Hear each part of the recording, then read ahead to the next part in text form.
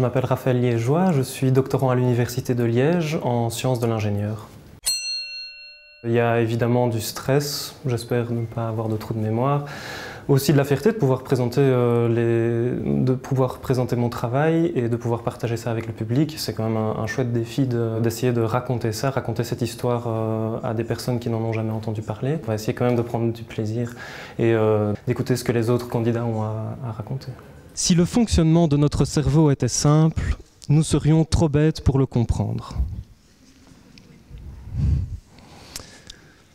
J'aime beaucoup cet aphorisme parce qu'il nous amène simplement à nous demander ce que ça représente d'étudier le cerveau.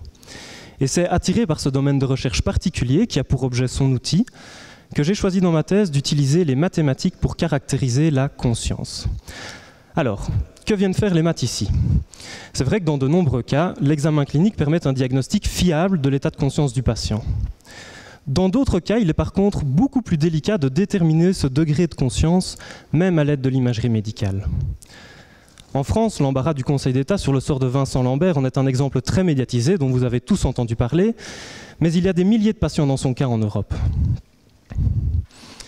Mon objectif est donc de proposer aux médecins des modèles mathématiques de l'activité cérébrale qui permettront de mieux comprendre, de mieux interpréter les données d'imagerie médicale provenant de ces patients en termes de conscience. Et je me base pour cela sur deux éléments principaux.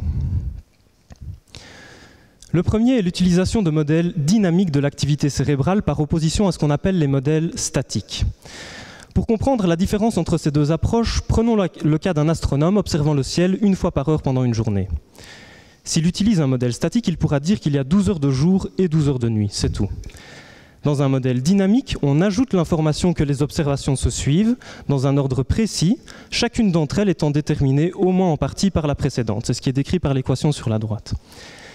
Eh bien, dans le cerveau, c'est la même chose. On pense que cet aspect dynamique, c'est-à-dire la capacité du cerveau à s'autodéterminer, à produire une activité cohérente, seconde après seconde, est primordial pour caractériser l'état de conscience du patient.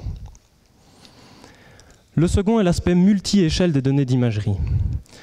Regardez cette photo d'oiseau.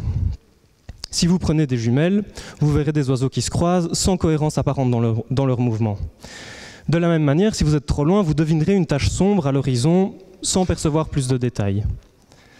Eh bien, en imagerie médicale, c'est pareil. L'information pertinente en termes de conscience ne se trouve ni au niveau neuronal, ni à celui du cerveau tout entier, mais comme pour les oiseaux, elle émerge de l'interaction de groupes de neurones à des niveaux intermédiaires qu'on doit déterminer. Les modèles mathématiques de l'activité cérébrale que nous développons combinent pour la première fois ces deux aspects. Ils déterminent l'échelle à laquelle il est le plus pertinent d'étudier les échanges neuronaux, puis ils exploitent l'aspect dynamique de ces échanges pour mieux comprendre comment ce qu'on pourrait appeler des ondes de conscience se construisent et se propagent dans le cerveau en fonction de l'état de conscience du patient. Voilà, j'espère vous avoir fait sentir ici ou ressentir que finalement, le cerveau est bien assez complexe pour qu'on puisse un jour espérer mieux le comprendre. Merci beaucoup. Point fort, je dirais que j'ai pas perdu mon texte, j'ai fini dans les temps, avec le timing que je m'étais fixé. Point faible, c'est plutôt en voyant les autres candidats, il y en a certains qui sont vraiment très dynamiques, qui arrivent vraiment à amener le spectateur à les écouter tout le temps, et j'ai trouvé ça très impressionnant.